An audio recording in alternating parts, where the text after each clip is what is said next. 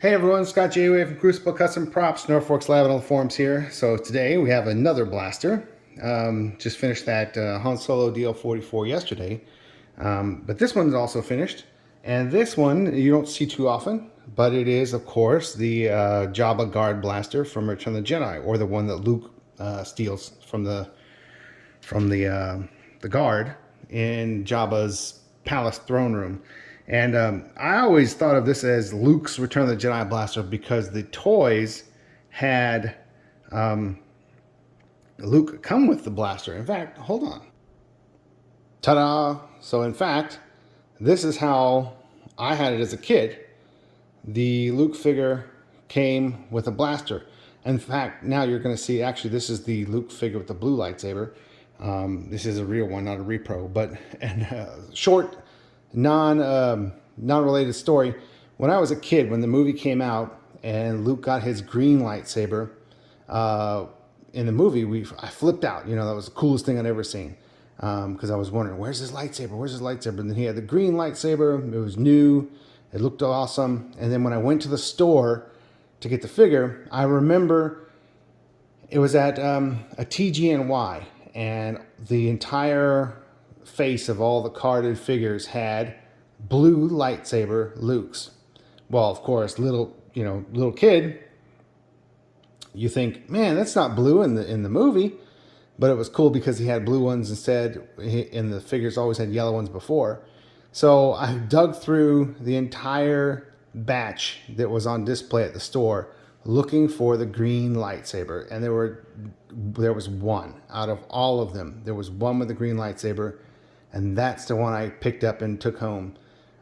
Only now to know that the blue one, of course, is the more valuable and rare one. But in any case, that is why I always thought it was Luke's blaster. But look at that little blaster detail. It's pretty neat. They got the sculpt on that very accurate for a tiny little toy. Pretty cool, huh? So anyway, that's Luke figure.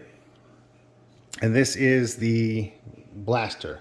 So this one is made, I'm going to pause again. Sorry about that. So anyway, I had to pause because I wanted to get it right. So Pedro on the RPF makes a DL18 kit, and his kit is pretty comprehensive. It comes with the metal plates, the motor coils, the little bumper, the bomb halves he uses. He has them 3D printed in green plastic, which is cool. The scope and the replica radio knob. And he includes the little threaded bit that is not on all of the air pistols, as well as the underbarrel greebly. So it comes with everything you need. But in this one, on this one here, we have real vintage F4 Phantom E kit bomb halves that I happen to have. So this one, so Chris is going to get the real deal on those. And it is pretty accurate. It's pretty good. This is a great kit. Comes with everything you need. There is a little bit of sanding and finishing to be done on the scope, of course, for the 3D printed, because there are some lines and stuff, but you sand them out, smooth everything up, and get it painted. It looks great. So, very nice kit. And of course, when you have a vintage air pistol, everything goes together really well. Now, this version has the flathead screws that a lot of the original props did. And this one did have black plastic grips, and a lot of them had painted brown checkering here on the grips. So some of the real ones may have been brown plastic like mine, and some of them were black plastic. So I guess they just painted that area so they were all consistent. But in any case, as a comparison, mine has Phillips head screws, but it is brown plastic. And mine did have the threaded cap. And they're all different. There are different types of the pistols as well. There are long barrel versions and short barrel versions. Both of these, mine was a long barrel version and this one was a long barrel version. But when I cut mine down, I had the dimensions from the correct short barrel. So then we had the correct dimensions for the short barrel here. There's a couple other differences you'll see sometimes. If you look at the front sight construction, you have the ribs here, and on this one, it's kind of like a filled in, all one piece kind of deal. But there are some small variations in them here and there. Seems like the short barrel ones have a continuation of the top rib that goes all the way to here, and the long barrel ones so far have not, but I don't know if that's consistent on short barrels too. The serial numbers are stamped sometimes vertically.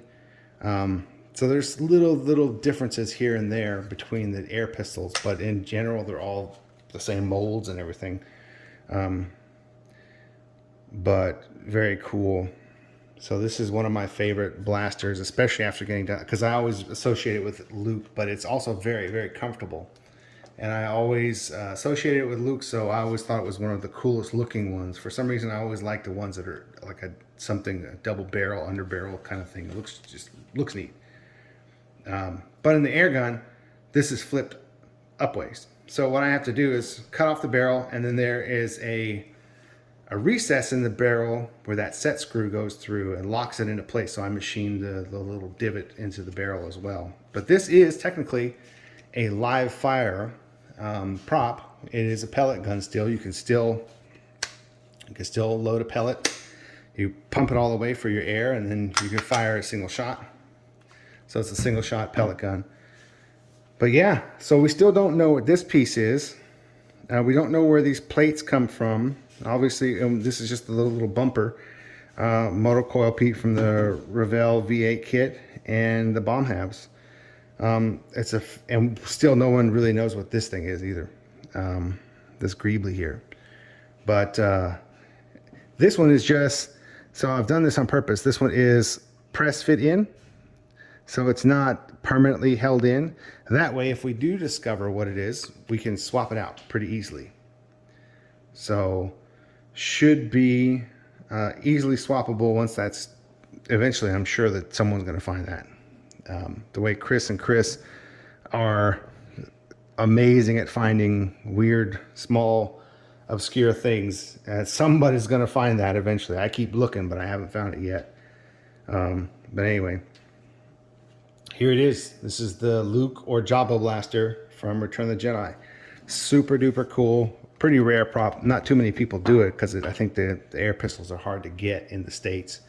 But if you can, definitely get Pedro's kit and finish one out.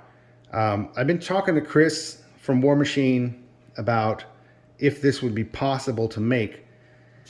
And like anything else, I'm pretty sure it's possible, but the grips would be the hardest part because they're very complex shapes and big. So getting molds of that would be, for machining or injection molded plastic, would be very, very, very expensive. So you guys really need to speak up and say if you would want one, because the more people want one and would buy one, the more feasible it makes it to make it happen. Otherwise, it's just going to be a pipe dream. But yeah, so definitely let us know what you think. If this is something you would dig, would you want a Return of the Jedi Jabba blaster? If so, pipe up so we can figure out if it can be done. But anyway, yeah, thanks for watching. Bye-bye.